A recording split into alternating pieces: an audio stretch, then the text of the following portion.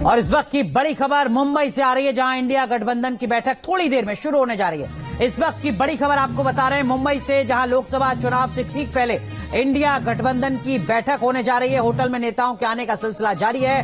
Mehbooba Mufti hotel पहुंच चुकी हैं। आज की बैठक में कॉमन मिनिमम प्रोग्राम समेत कई सारे मुद्दे हैं जिन पर चर्चा होगी और आगे की रणनीति तय की जाएगी। विपक्ष की बैठक 2024 के लोकसभा चुनाव के लिए बेहद महत्वपूर्ण मानी जा रही है। 5 तस्वीरें इस वक्त आपको दिखा रहे हैं 2024 के लोकसभा चुनाव से ठीक पहले इंडिया गठबंधन की आज की बैठक से जुड़ी। तो मुंबई में आज से इंडिया गठबंधन की बैठक शुरू होने जा रही है, लेकिन उससे पहले विपक्षी दलों में पीएम पद की उम्मीदवारी को लेकर अपने अपने दावे सामने आ रहे हैं। महाराष्ट्र कांग्रेस अध्यक्ष नाना पटोले और कांग्रेस नेता संजय निरुपम ने साफ कह दिया कि इंडिया गठबंधन का पीएम पद का उम्मीदवार राहुल गांधी को होना चाहिए। उधर मुंबई में नीतीश कुमार के समर्थन में पोस्टर लग गए। पोस्टर में लिखा है कि देश मांगे नीतीश कुमार। तो देखिए, इंडिया गठबंधन में सीट शेयरिंग का फॉर्मूला क्या होगा, यही वो सबसे बड़ा सवाल है जिस सवाल का इंतजार हर कोई कर रहा है। तो जो फॉर्मूला है वो हम आपको बता रहे हैं। राज्य में जिसका जनाधार ज्यादा उसकी साझेदारी ज्यादा। अगर किसी सीट पर 2 दलों की दावेदारी है तो कमेटी फैसला करेगी। सर्वे के आधार पर सीटों का आवंटन भी हो सकता है। इसके लिए सर्वे भी कराया जा सकता है। बीजेपी के खिलाफ सबसे मजबूत जो उम्मीदवार होगा उसी को तरजीह दी जाएगी, उसी को प्रायोरिटी दी जाएगी। जिस राज्य में जो पार्टी मजबूत है उसी पॉलिटिकल पार्टी को उस राज्य में ज्यादा सीटें मिलेंगी। पिछले चुनाव में जो दूसरे नंबर पर प्रत्याशी रहा है उसकी दावेदारी और ज्यादा मजबूत होगी बाकी उम्मीदवारों के मुकाबले। ये कुछ शुरुआती जानकारी है जो सामने आ रही है सीट शेयरिंग को लेकर, क्योंकि सीट शेयरिंग का फॉर्मूला क्या होगा इसको लेकर हर किसी के जहन में सवाल है और यही वो सवाल है जिस पर असहमति भी बन सकती है। सीटों का संभावित फॉर्मूला क्या हो सकता है, इस पर मुंबई से ज्यादा जानकारी दे रहे हैं हमारे सहयोगी मोहित राज दुबे।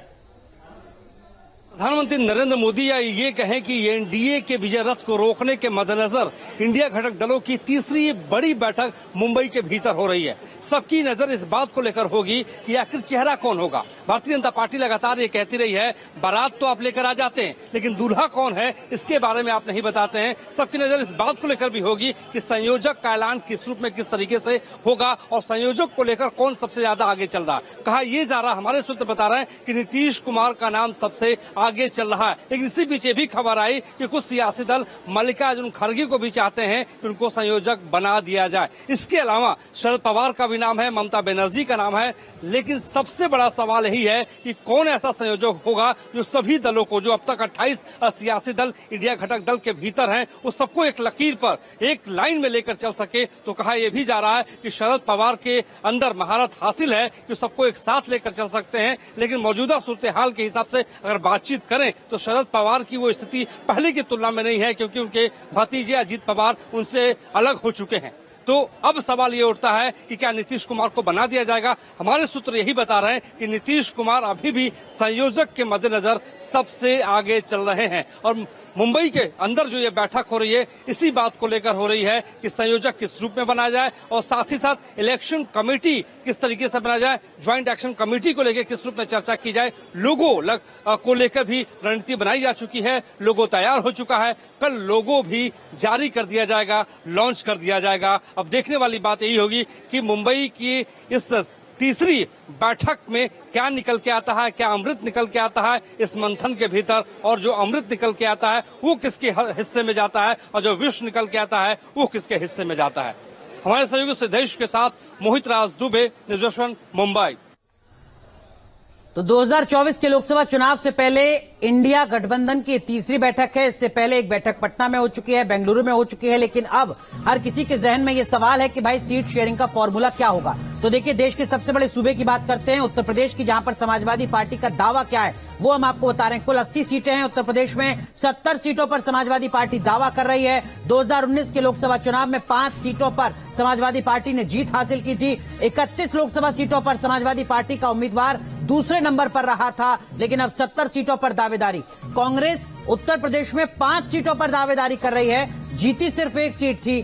3 सीटों पर नंबर 2 पर कांग्रेस का उम्मीदवार रहा था, यानी 75 सीटें उत्तर प्रदेश की जो हैं ये साफ नजर आती हैं, जिसमें 70 सीटें समाजवादी पार्टी, 5 सीटें कांग्रेस, कुल सीट 80। अब बिहार की बात करते हैं। बिहार में जेडीयू सबसे बड़ा दल जो दावा कर रहा है 17 सीट उसको मिलनी चाहिए। जीता जेडीयू 17 सीटों में से 16 सीटों पर है, 1 सीट पर दूसरे नंबर पर रहा है।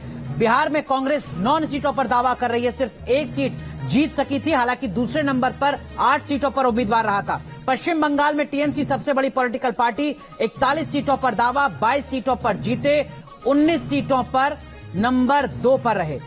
पश्चिम बंगाल में लेफ्ट का कोई दावा नहीं है क्योंकि कोई सीट नहीं मिली, किसी भी सीट पर दूसरे नंबर पर नहीं रहे। सीपीआईएमएल लेफ्ट का हिस्सा, उसका भी कोई दावा नहीं है। हमारे सहयोगी मोहित राज दुबे हमारे साथ जुड़ चुके हैं, जो लगातार कांग्रेस पार्टी को कवर कर रहे हैं, इंडिया गठबंधन को कवर कर रहे हैं। मोहित, सबसे मुश्किल सवाल यही होने जा रहा है कि सीटों का फॉर्मूला क्या होगा?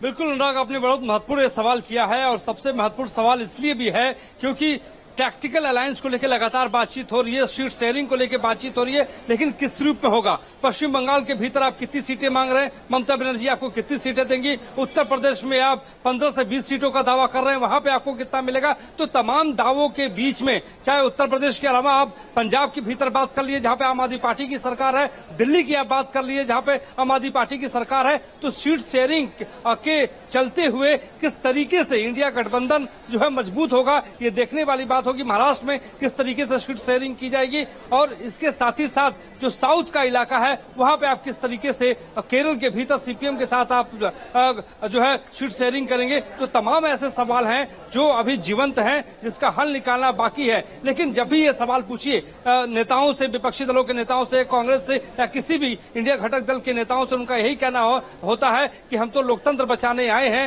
लेकिन लोकतंत्र बचाने के साथ साथ जो है वो सीट शेयरिंग करेंगे, इसके बारे किस रूप में करेंगे इसके बारे में कोई वो खुलासा करते हुए नजर नहीं आते हैं। लेकिन मोहित, लेकिन एक बात बताइए, ऐसा तो नहीं है कि ये इन सारे फॉर्मूलों पर पहले ही बात हो चुकी है, उसके बाद अब ये बैठकों का दौर चल रहा है, या अभी तक बात ही नहीं हुई है, बात अब शुरू हो रही है?